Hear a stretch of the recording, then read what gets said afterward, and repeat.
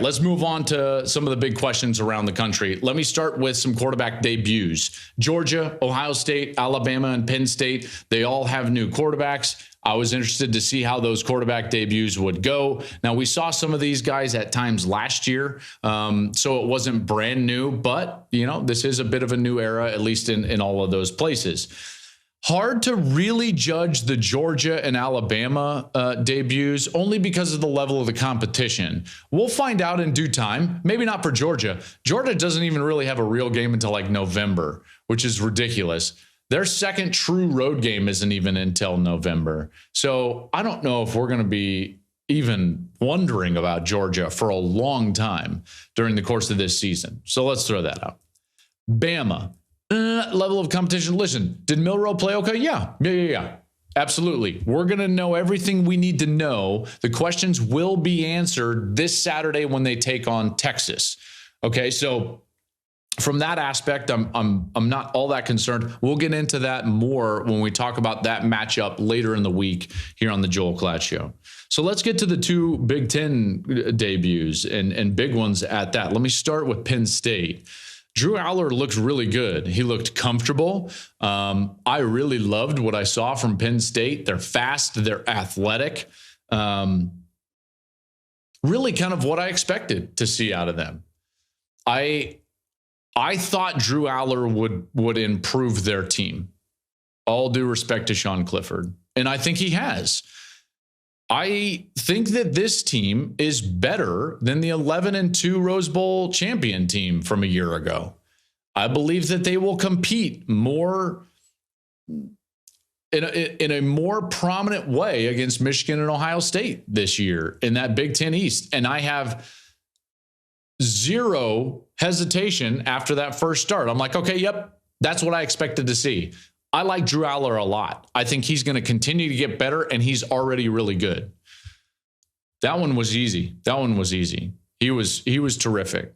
I actually texted with Todd Blackledge a little bit about the game. He called the game for NBC, and he was impressed. I was impressed. Saw some highlights. Haven't gotten to that film because I spent most of my time watching the film of Ohio State.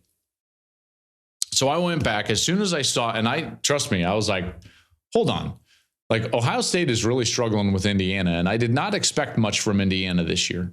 And granted, it's a league game on the road, and people in the SEC will fall all over themselves telling you how hard any league game is on the road. But I'm not going to do that because Ohio State should handle Indiana. And I guess in a sense they did, but boy, it was sluggish on offense.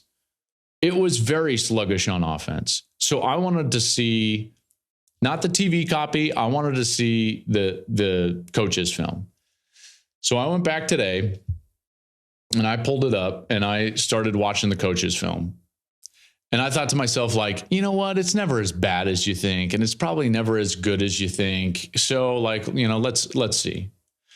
I watched every play of that game and I come away pretty darn concerned for Ohio State. I did not see, if you're just thinking about it from a quarterback perspective, I did not see either of these guys, whether it's Kyle McCord, who started the game, Devin Brown, like either of these guys show anything that would suggest like, oh yeah, he's the guy.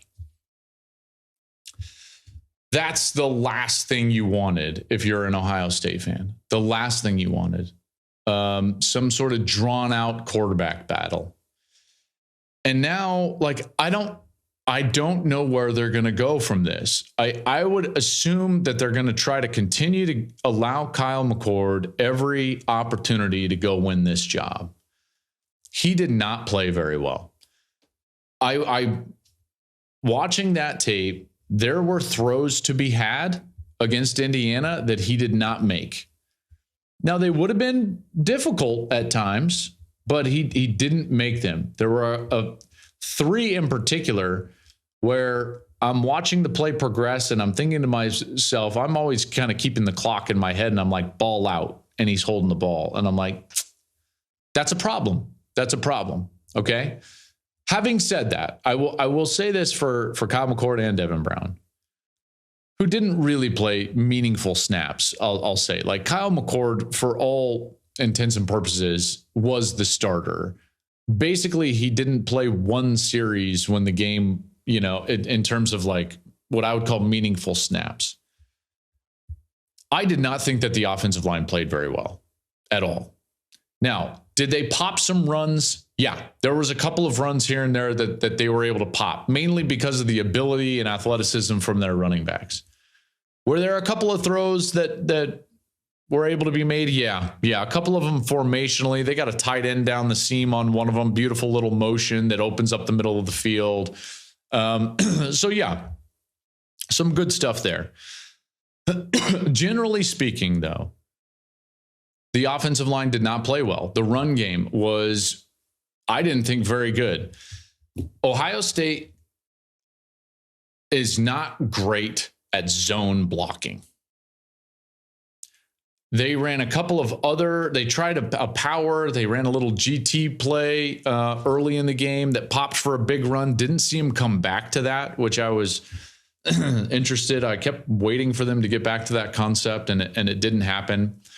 I don't know exactly who's calling the plays. Obviously, in previous years, it was Ryan. They've been vague about that, obviously, with the new coordinator switch with Brian Hartline. I'm sure that they're trying to have more of a collaborative effort now. But I will just say, I just didn't think that the offensive line played all that well. There was pressure on McCord at times when he wanted to release a deep shot and he couldn't get to it. It was not a great performance offensively from Ohio State. There is a lot to fix there. So if you're a Buckeye fan, it's going to be real easy to just be like, oh, quarterback. Wasn't just the quarterback. Okay? The Ohio State offensive line has to play better than what they played on Saturday.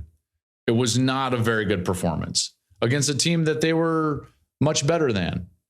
Not to take anything away from Indiana, but a team that they were much better than. QB is a reps position.